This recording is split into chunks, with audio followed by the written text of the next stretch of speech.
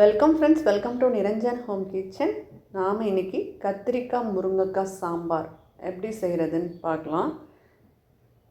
இந்த சாம்பார் சாதத்துக்கு, இட்லி, தோசைக்கு வச்சு சாப்பிட்ற மாதிரியான சாம்பார் தான். இதுக்கு தேவையான பொருட்கள் என்னென்னு பார்க்கலாம்.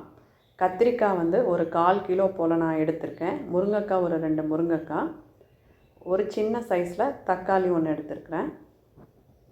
புளி சின்ன நெல்லிக்காய் சைஸ் எடுத்தால் போதும். இது ரசத்துக்கும் சாம்பாருக்கும் சேர்த்து இந்த அளவுக்கு நான் புளி எடுத்து ஊற வச்சுருக்கேன். ஒரு வீசம்படி பருப்பு, துவரம்பருப்பு எடுத்துட்டு நல்லா கழுவிட்டு ஊற வச்சுக்கோங்க. ஒரு 20 நிமிஷம் நீங்கள் ஊற வச்சா சரியாக இருக்கும். பருப்பு நல்லா சாஃப்டாக வெந்து வந்திருக்கும். அதுக்காக நம்ம முன்னமே ஊற வச்சுக்கிறோம். இப்போ அதில் கழனி தண்ணி ஊற்றிட்டு கொஞ்சமாக மஞ்சத்தூள், பெருங்காயத்தூள், அது கூட நம்ம ஒரு தக்காளியும் சேர்த்து வேக வச்சுக்கலாம். ஒரு 3 விசில் அளவுக்கு நீங்கள் வேக வச்சு எடுத்துக்கோங்க. இதுக்கு தேவையான, இந்த சாம்பாருக்கு தேவையான பச்சை மிளகாய் காரத்து அந்தாப்பில் நான் ஒரு 2 எடுத்திருக்கேன். சின்ன வெங்காயம் ஒரு 15 சின்ன வெங்காயம் எடுத்திருக்கேன். கத்திரிக்காயை இந்த மாதிரி நீளவாக்கில் கட் பண்ணி எடுத்து வச்சுருக்கேன்.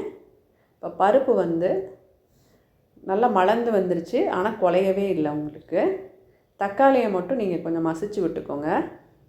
பருப்பு இந்த அளவுக்கு வெந்திருக்கணும். அப்போ தான் குழம்போட திக்னஸ் ரொம்ப நல்லாயிருக்கும், டேஸ்ட்டும் ரொம்ப நல்லாயிருக்கும். ரொம்ப குழஞ்சிருச்சுன்னா டேஸ்ட் அந்தளவுக்கு நல்லா இருக்காது. அதனால் நீங்கள் இந்த அளவுக்கு மலர்ந்த அளவுக்கு நீங்கள் எடுத்து வச்சுக்கோங்க. இப்போ நம்ம காய்கறியை சேர்த்துக்கலாம். கத்திரிக்காய், முருங்கைக்காய் சேர்த்துட்டேன். இப்போ சின்ன வெங்காயம், பச்சை மிளகாவையும் சேர்த்துக்கோங்க. தேவையான அளவுக்கு உப்பு சேர்த்துக்கோங்க. இப்போ இந்த சாம்பாருக்கு தேவையான மல்லித்தூள், மிளகாய்த்தூள், இது மல்லித்தூள் 1 டீஸ்பூன் அளவுக்கு எடுத்திருக்கேன். மிளகாய்த்தூள் ஒரு 1.25 டீஸ்பூன் அளவுக்கு எடுத்திருக்கேன். இப்போ சாம்பார் தூள் இருக்கிறவங்க ஒரு 1.5 டீஸ்பூன் அளவுக்கு நீங்கள் சேர்த்துக்கோங்க. கொஞ்சமாக தண்ணி ஊற்றி நம்ம வேக வச்சுக்கலாம். ஒரு மூடி போட்டு அடுப்பை மீடியம் ஃப்ளேம்லேயே வச்சு வேக வைங்க. கத்திரிக்காய், முருங்கைக்காய் நல்லா வெந்து வந்திருக்கணும். அதாவது 3/4 பதம் அந்தளவுக்கு வெந்து வந்திருக்கணும். ஒரு கொதி வந்துருச்சு. இப்போ ஒரு மூடி போட்டு கத்திரிக்காய், முருங்கைக்காய் வேகிற வரைக்கும் நம்ம வெயிட் பண்ணலாம். இப்போ 3/4 வாசி நம்மளுக்கு வந்துருச்சு. இப்போ நம்ம கரைச்சி வச்சுருக்கிற புளி தண்ணியை நம்ம சேர்த்துக்க போகிறோம். கொஞ்சமாகவே புளி தண்ணி சேர்த்துக்கோங்க. நம்ம கலந்து விட்டுட்டு உப்பு காரம் செக் பண்ணிக்கோங்க.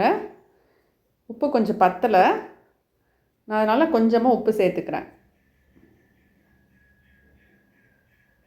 இப்போ ஒரு மூடி போட்டுட்டு ஒரு கொதி வரட்டும். நல்லா கொதி குழம்பு கொஞ்சம் திக்காகிடுச்சு. கத்திரிக்காய், முருங்கைக்காய் நல்லா வந்துருச்சு பாருங்கள். அந்த முருங்கைக்காயெலாம் நல்லா ஓப்பன் ஆகிருக்கு பாருங்கள். இப்போ சாம்பார் ரெடி ஆகிடுச்சு. இப்போ கொத்தமல்லி தழை சேர்த்து நம்ம இறக்கி வச்சிடலாம். இதுக்கு முன்னாடி சாம்பாரை தாளித்து எடுத்துக்கலாம்.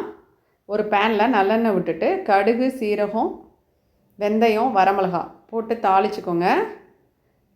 கடுகு, சீரகம் நல்லா பொரிஞ்சு வந்துருச்சு. இப்போ பெருங்காயமும் கருவேப்பிலையும் சேர்த்து இறக்கி வச்சிடலாம். சாம்பார் நல்ல வாசமாக சாப்பிட்றதுக்கு ரொம்ப நல்லாயிருக்கும். தேங்க்யூ ஃபார் வாட்சிங்.